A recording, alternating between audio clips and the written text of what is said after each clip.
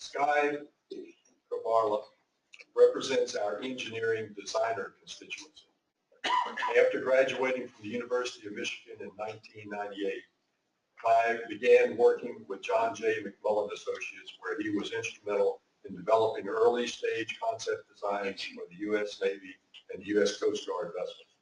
Later, as a civilian with the U.S. Coast Guard, he was promoted several times, holding positions ranging from lead naval architect to program manager of the U.S. Coast Guard's National Security Cutter Program. In 2008, he earned an MBA from the Keenan Flagler School of Business at the University of North Carolina.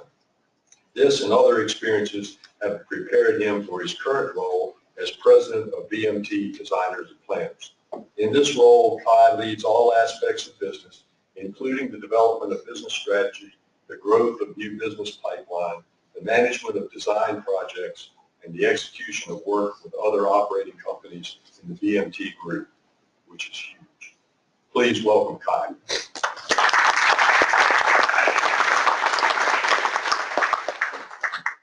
Okay, thank you very much. That sounds like I do a lot, but actually, like everybody else, I have many great people to help get that job done. I want to thank the Society, thank Joe for inviting me here today. It's quite an honor. I was very honored to get Joe's email asking me to be a part of the panel this morning. And of course, I'm very humbled being here with all of you.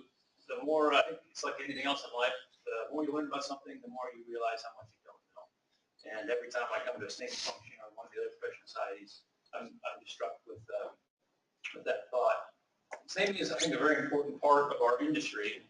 And I think when we think about SNAME, one of the challenges for us is to be a little bit more inclusive. Not that we're not, but just in terms of philosophy. I think many people, when they think about SNAME, they think about engineers forming the drawings and spreadsheets, designing things. But really, this society serves the other constituencies in our industry, the project managers, the business managers, the project engineers, the field technicians, the people on the deck plate. And I think it's important that we include them in our thinking when we shape our vision for the society. In terms of, I'm going to try to be very narrow about the challenges facing our constituency as a representative of the design community.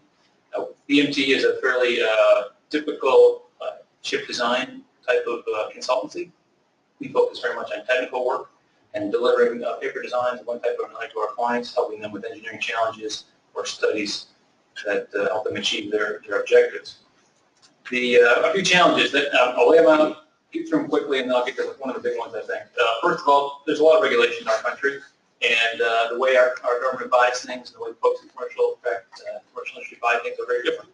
And I think that divides us as a community. Many of us get focused down on government support channels, and others get focused on supporting other parts of the industry, like the tug and barge and passenger vessel industry. So right off the bat, I think we're a little bit divided in terms of the companies that we are involved with and the parts of the industries they serve.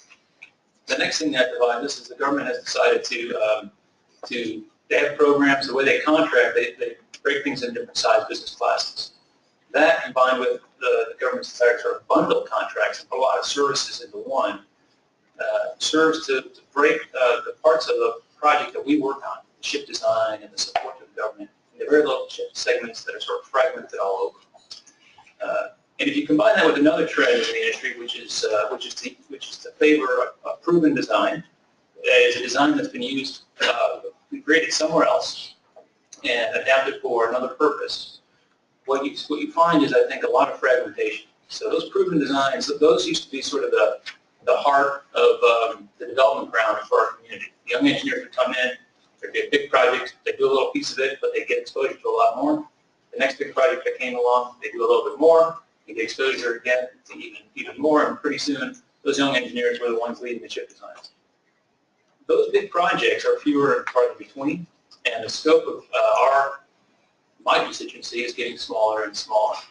And so as a consequence of these different factors, I think we're seeing a lot of fragmentation in our industry.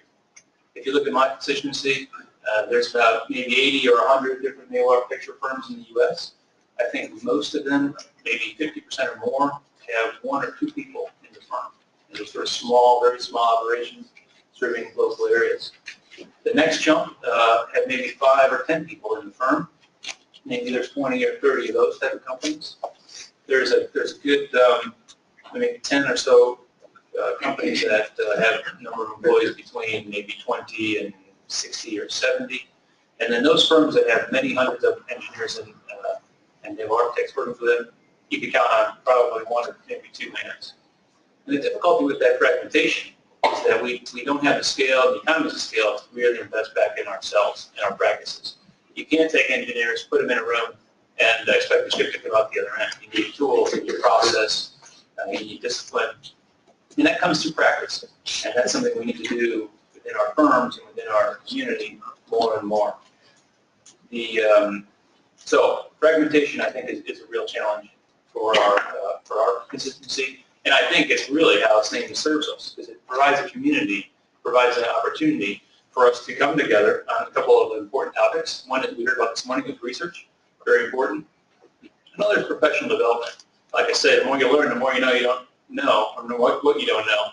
And these days, learning is lifelong, and we hear that everywhere, and it's certainly true in our industry as well. So I think SNAME provides that, which is important for us. And then finally, SNAME provides networks and mentorships. I can look out over the audience today, and I can see a couple of individuals that provided me quite a bit of mentorship in my early years, and even still today. And I think it's through groups like SNAME that